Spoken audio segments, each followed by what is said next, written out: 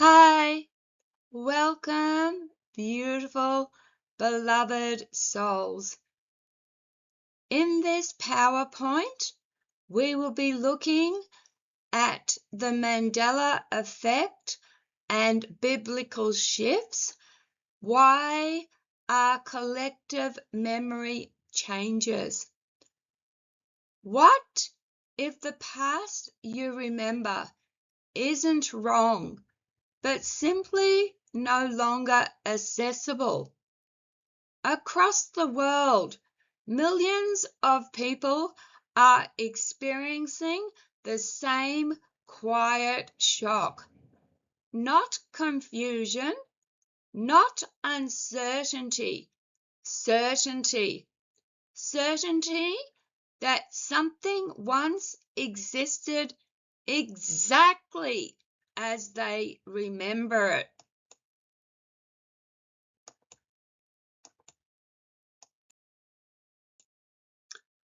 A word, a phrase, an image burned into memory like a childhood photograph, and yet when we go looking for it, it's gone. Welcome to what we call the Mandela effect, a phenomenon named after Nelson Mandela, because thousands of people, myself included, distinctly remember him dying in prison in the 1980s, complete with a news coverage and mourning. But history now tells a different story.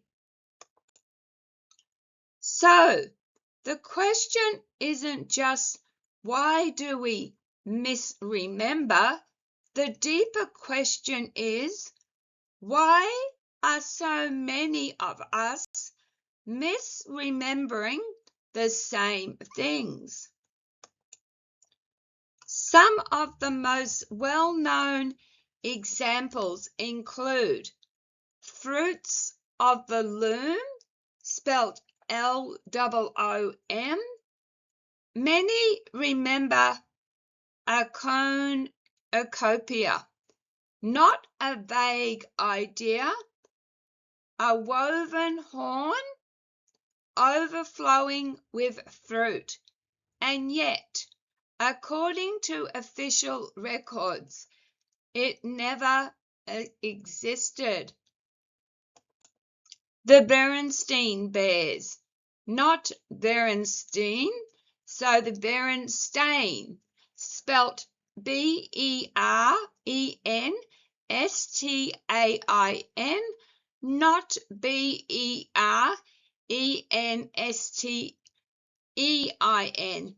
even though Steen fits naturally into our linguistic memory. The Monopoly Man, who somehow lost his monocle, and I clearly remember playing Monopoly, and I remember that he had a monocle. And Looney Tunes, not Looney Tunes, so Looney Tunes spelt Tunes, not Toons, despite the entire show being about cartoons. Individually, these could be dismissed. Memory is fallible, but collectively, across generations, cultures, and countries, that's where things become interesting. Because memory errors are usually chaotic, but this is patterned. Now we're going to look at biblical shifts that disturb the soul. Now we step into far more sensitive territory. Many people raised with the Bible, especially the King James Version, report changes that feel intimate, personal, almost invasive. So, the most cited example is the lion. Hold This is on. a reminder. Sorry about that. The lion shall lie down with the lamb. Except now the verse reads, the wolf shall dwell with the lamb. For many, this wasn't a casual verse. It was memorized in childhood. Even I, though I am not a Christian, I clearly remember the lion shall lie down with the lamb. I remember that. And it's quoted in sermons, sung in hymns, and painted in churches. And yet, we were told the lion was never there. Now, pause here. I want you to look at all these other reported changes. Suffer the little children becomes allow or permit. The love of money is the root of all evil. There's a shift in wording. These changes in phrasing feel colder, sharper, and more legalistic. Now, I want you to pause here. This isn't about faith versus skepticism. It's about why so many people remember the same wording with emotional certainty, especially when sacred texts are designed to be memorized, repeated, and internalized. Possible explanations. Let's explore the leading theories without ridicule or blind belief. Number 1, psychological memory reconstruction. Yes, human memory is reconstructive, but psychology struggles to explain identical false memories across unrelated populations, and also about obscure details with no advantages to misremembering. Number 2, cultural contamination. Shared media, sermons, artwork, and repetition could reinforce the same incorrect memory, but this does not explain why no original sources exist where millions swear they once did. Number 3 is timeline shifts or parallel realities. This theory suggests reality isn't singular but layered, that consciousness may be between near identical timelines where small details differ. Think of it not as science fiction, but as quantum overlap bleeding into awareness. Number 4 is spiritual or energetic recalibration. This theory resonates with many spiritually sensitive people. If consciousness evolves, perhaps perception changes with it. Perhaps texts, symbols, and memories reorganize themselves as humanity shifts frequency. Not rewriting history, but reframing access to it.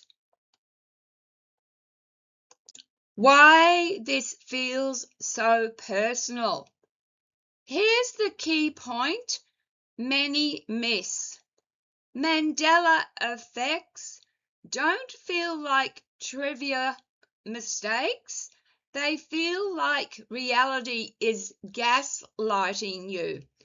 That quiet moment when you think, I know this was different. That moment matters because it asks us to question something deeper than facts.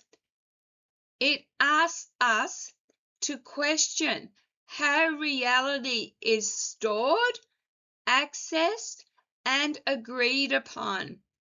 If memory exists partly in consciousness rather than matter, then what happens when consciousness shifts? Closing reflection.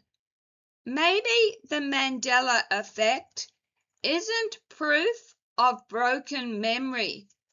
Maybe it's evidence of something else entirely. A reminder that reality is not as rigid as we were taught. That history may not be a fixed line, but a living field. And that our minds might be tuning forks, not filing cabinets. So I'll leave you with this question. If millions of people remember a past that no longer exists, where did that memory come from? And more importantly, what else might be changing quietly while we're busy being told that nothing has? This is the biblical verse mentioned earlier, and the next few slides that we were going to go through are common Mandela effects.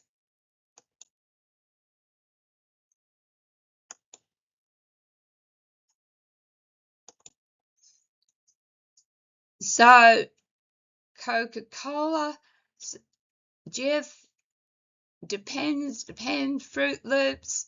We will go through quite a few, and I agree, reality has been changed. I can remember nearly every Mandela effect that has been put out there. I remember. Let's go on with it.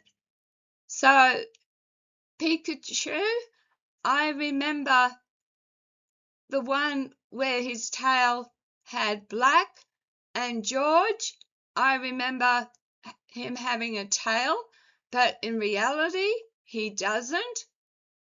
I'll leave a few seconds for you to look. These things may shock you. And I clearly remember this one, Fruit Loops and fruit, because I had them for breakfast. And I'm 65. And my memory's pretty sharp, and so what's up with this? Fruit Loops and Fruit Loops. Okay. And I also remember Looney Tunes. because it was a cartoon and it makes sense.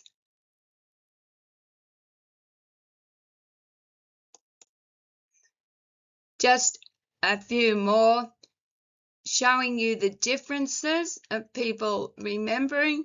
There's George, there's the Monopoly Man, there's even Where's Wally, Pikachu, and down the bottom, the robot, I can't think of him in Star Wars, and there's Fruit Loop and how it's changed.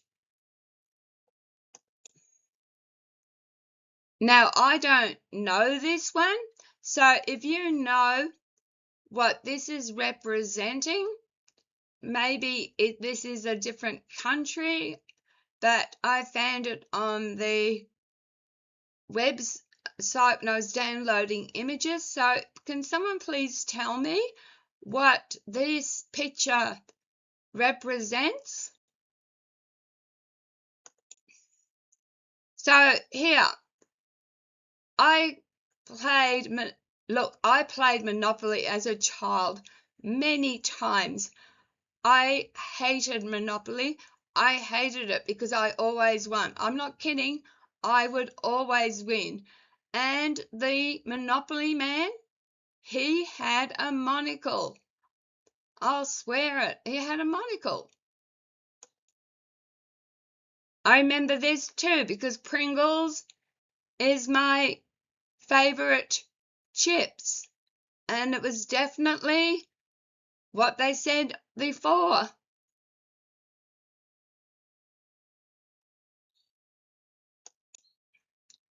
And this one,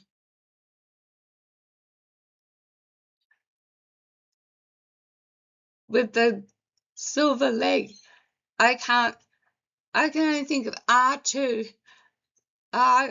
Could please put it in the comments. What's the name of the guy? I should know this. I'm a sci-fi fan. I love Star Wars. I love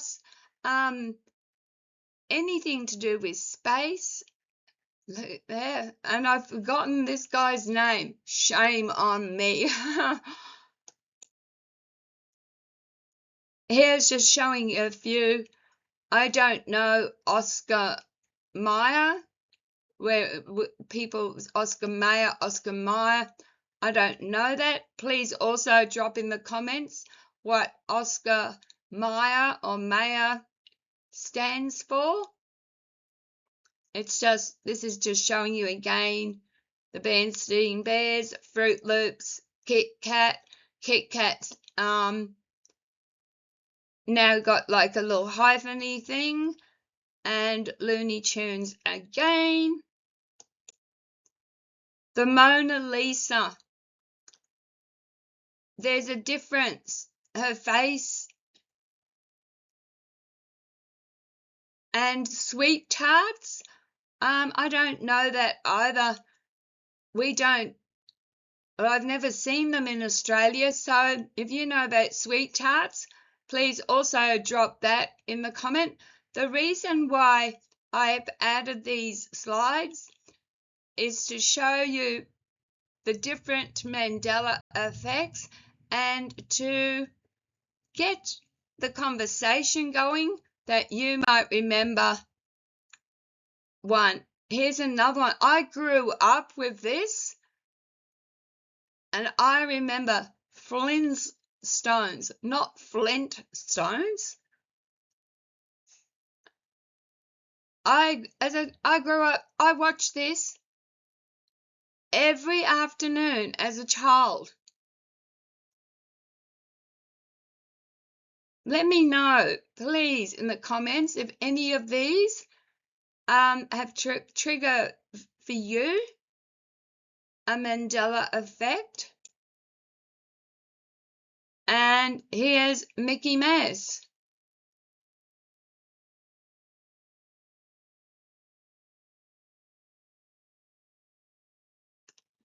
Yes. Again, I remember it wrongly.